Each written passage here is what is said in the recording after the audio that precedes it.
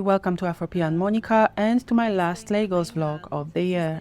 My last vlog, actually. Visiting Nigeria for the first time was one of the most significant trips I made this year. Almost exactly a year ago, I received my first Nigerian passport as well, making this a deeply personal roots tourism journey, I would say. This vlog begins with a brief recap of my arrival in Lagos and then moves into footage you haven't yet seen from my final days in this city of excellence. I know, sorry, that was weird.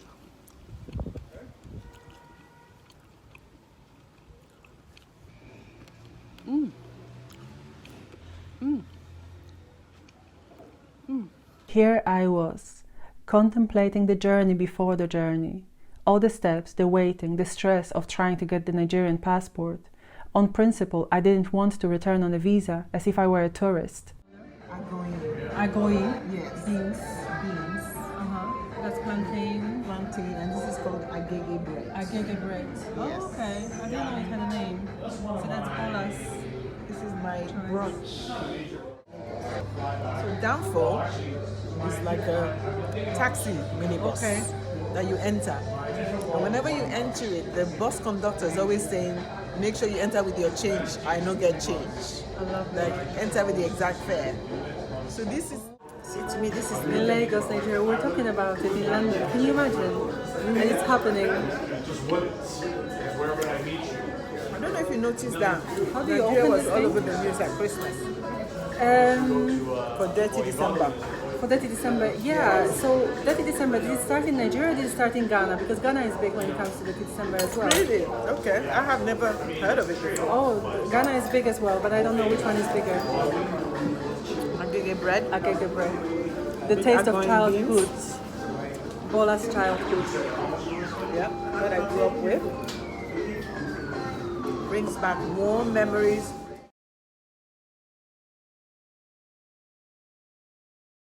We are in Lagos National Museum. My dear friend Bola does not want to support me at all with my discoveries. Too many questions. Even though I've just funded her entrance to the museum, 1,500 naira people. She was paying for a tour guide. She said she was just getting a ticket. The Lagos National Museum became unexpectedly unsettling. We laughed a lot at first, but the deeper I went in, the more omnipresent Queen Elizabeth II felt throughout the space. I understand that modern Nigeria was shaped through the British colonial rule, but this level of visual prominence in a national museum feels excessive to me. If you have been following this channel, you'll know I run a publishing consultancy called Mixed Heritage Press, rooted in the belief that people and nations and communities should tell their own stories on their own terms. You might say that paying attention to who and which stories are centered in official narratives is part of what I do for a living. Oh look, African Queen, enormous African Queen. I might be missing something here, but what struck me the most was how strongly the museum still feels shaped by colonial-era storytelling.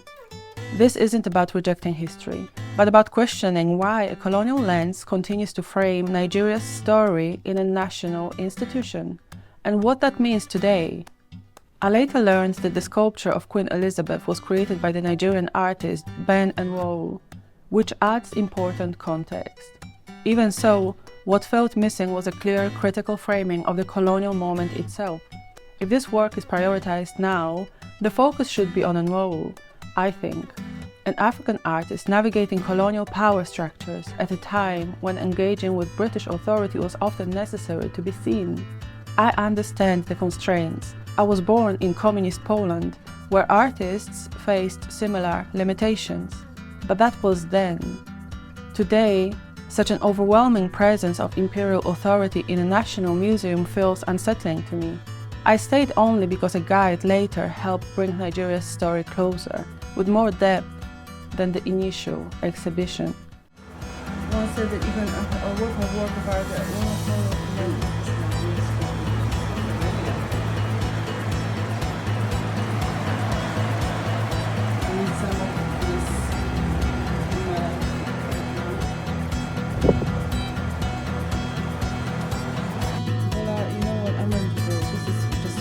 it just upsets me, this museum. So, They formed it, remember? as well, my father is Nigerian, but I grew up outside. And this is my first time in Nigeria. Welcome to Nigeria. Well, thank you. So, I don't have a Nigerian name. I had a surname. It was Ogumakin. Ogumakin was my surname. Okay. But I would like to have a Nigerian Yoruba name. Like my first, have a Do you name. want me to give you a Nigerian name? No, I just want to know, is there an alternative to the baby naming ceremony? Okay. For Do you somebody still have like me? your dad? Yes, I'm here with him. Yeah. You are here with your dad? Yeah, yeah. So your dad can give you your name. So he has to be the one to give me the name. I can't pick my own. I So can't pick my own. Naturally, I want to pick so my own. the essence of naming ceremony, it shouldn't even be your father that will give you your name. It should be the eldest male in your family. Maybe your dad's father, I see. or the eldest person male in the family. I That's see. how cultural it In should Yoruba. be. But now cultures are now being modified, so your father can still give you your name. So you do not have the authority to name yourself. You can't name yourself. As a child, no, but now, And yes, you can decide to call yourself Any name. any name you deem fit. yeah. But culturally, your father should name. So can I decide the name and then ask him to Ask approve him the to- name? Subject to his Do you have a name? Okay. Do you have a name? No, but I'll research it and I'll find one. And then I can Oh no. to approve of the name I've chosen. That I'm okay with that. How does that work? It doesn't have to be. A big thing. It can just be okay, a Just- symbolic thing. Yeah. Okay, thank you. That answers my question. homecoming naming ceremony. Okay, I like that. I I'm like it. giving you the tag. Yeah. You have acquired wisdom and learning. Adult is a stage of maturity, a stage of responsibility. As an adult, you're expected to have a home. So we have three major tribes in Nigeria: the Hausa, the Igbo, and the Yoruba. This is a typical Hausa home. This is how they build their homes in the pre-colonial period, and everything you see in there is what you're expected to see in a typical Hausa home. And then you have the Igbo home, and everything you also see here is what you're expected to see in a typical Igbo home. And then the Yoruba home, and everything you see here also is what you're expected to see in a typical Yoruba home. And then as an adult, you're expected to partake in governance and leadership positions like the king and the chiefs and the like. Okay, so Nigeria got independence in 1960. That's October 1st. So 6 years after, we had the first military coup. Okay. So, and then we had the second, and then we had the third, and then we had the fourth. The fourth happens on the 13th day of February 1976. Was it the outside influence? The coups, are they influenced by the outside or were they strictly No, within Nigeria? It's internal. But you know, like for instance with the Biafra war, the British were like fueling it, right? The first was, all the coup, I believe, were internal. There was no external forces instigating it. So it's just power intoxicated leaders who wanted to become supreme controller of the country. Do you think Nigeria should separate? The tribes should separate? Do you think that would make the country more peaceful? Or Is this question do you want my personal? yeah, based on your knowledge. Okay, so like I said, when you asked, Nigeria is over 250 ethnic groups. Yeah. And these ethnic groups, at one point or the other, has not lived as one before British government came. Exactly. So they were lived made as different entities. yeah. So they were forced to unite. So when the British came, because of the financial responsibility of maintaining all these different. they had to bring everyone together Yeah. in 1914. And and then the name Nigeria was proclaimed on us. So by the time they were ready to leave in 1960, they decided to leave Nigeria a confederation rather than a federation. Okay. So a confederation is a group of people ruling themselves under one umbrella. So they left us with 3 regions: the western region, the eastern region, and the northern region. Yeah. So these regions have their internal laws. Yes. So what is applicable in the west may not necessarily be the same in the north. Yes. But still under the same Umbrella. Nigeria. They left us with the confederation, so they thought, okay, we can continue with that. But unfortunately, 6 years later, there was a military coup, and then they now forced everyone on. So there was nothing like western and eastern or where. So it's now one control from the center.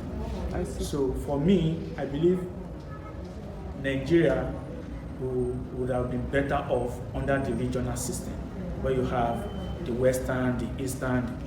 So if we are, by any chance, we want to expand these regions, we would have still be under the same regional government. Maybe we will not have multiple regions. Maybe now we have 36 states. Maybe we would have 36 regions. But everybody will still keep their identity, rule themselves, and then contribute what they have to the center. So I believe that would have been much better in terms of development. I think the military coups that happened dent a big blow to the development of Nigeria. I see. So it wasn't even so you think it's not even the British bringing everything together under one No, umbrella, because but the British brought us together because it's their own way of managing their resources. Yes, but of course So that when they wasn't- were leaving, they recognized that. No, but that wasn't Nigeria's choice to be brought together. Yes, in 1914, that wasn't our choice to be brought together. However, when the British were leaving, they did not leave us as one. They left us as one, born Into three, in divided. 3. Yes, but originally it wasn't even the 3 parts. Yes, it wasn't the 3, but there was no way you are going to divide us, the geographical Nigeria, into 250. Okay. It's not practical. But there's a way you can break it, where you can, for instance, you can have 3 ethnic groups in one region who share the same, similar Ideal cultures vision. and, I understand. that was. So this man was assassinated on the 13th day of February 1976 while he was on his way to work. He was the head of state. Right. His name is General Murtala Ahmad Mohammed. So if you have seen Nigerian 20 naira note, it's the one that is on the 20 naira note. Okay. And also the Lagos International Airport is named after him. Oh yes. Oh, I get it now. Okay. He was assassinated while he was inside I his car. see. Yes. Okay. If you are in Lagos and want to visit a museum, I would rather recommend the John Rangel Center for Yoruba History and Culture, located right opposite the National Museum. It is a stark contrast to the former, vibrantly showcasing the Nigerian heritage on its own terms. Actually, you may as well visit both and make up your own mind. But when it comes to the National Museum, those were my first impressions.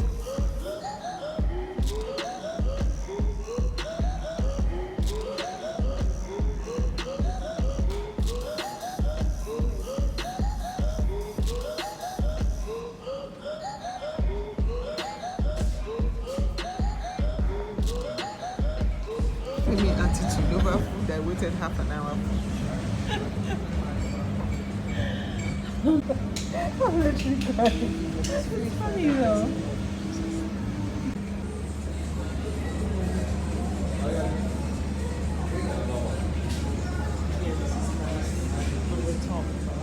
Oh, there is a book I'm looking for. Wole Soyinka, I forget. Wole Soyinka. The one that is very difficult to get. I forgot the title. We have Chronicles of the Appius. We have the Chronicles from the Land of the Appius people on it.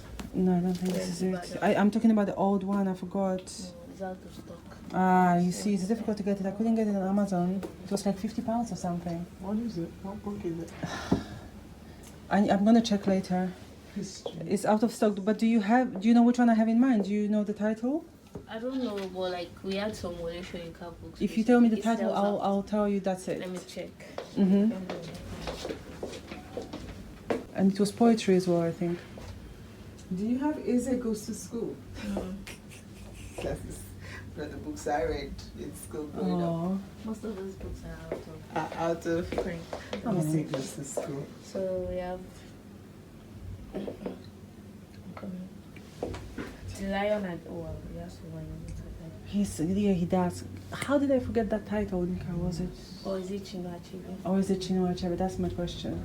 No, it's not Chinua Achebe. I've got his books. I think it was Soyinka.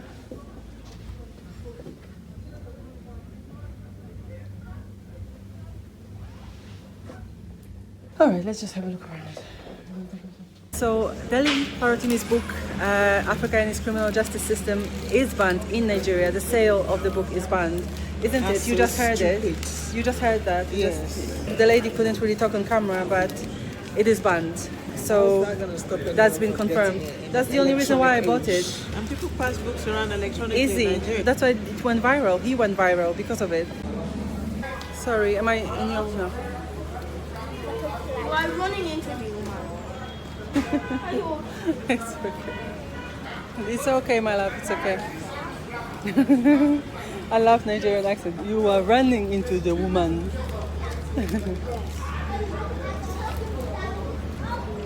I guess you bought it in London. Oh yes, I did.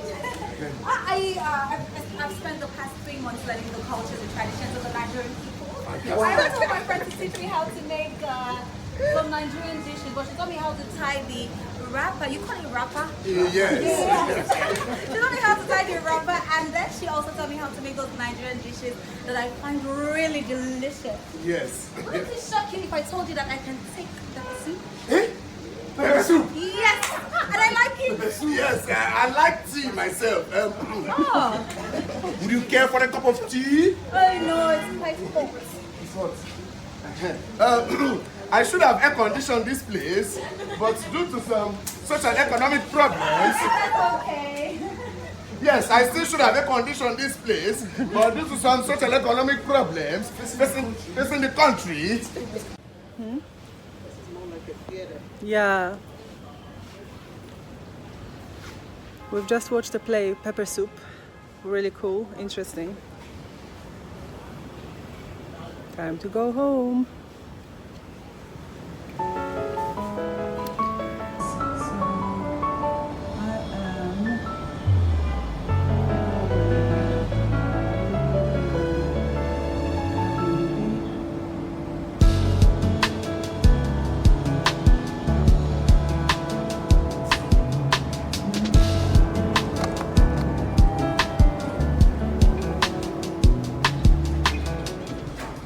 I'm going to like Terraculture, hang out there for some time, still in VA, and then I'm gonna go to the mainland for a few more days, spend time with my dad, and then go back to London.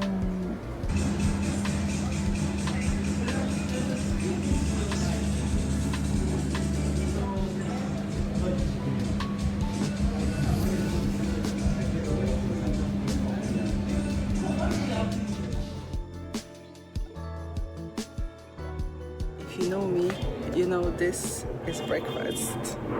So it all began and ended with guavas.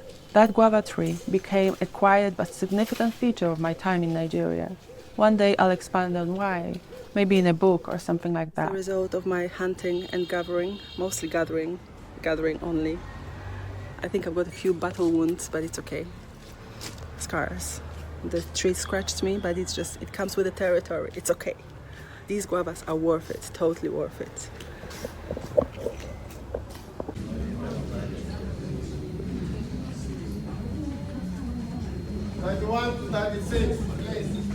This is it for now. Thank you so much for watching this Lagos vlog. Thank you for watching all my other videos this year as well. I truly appreciate you. Merry Christmas and a Happy New Year!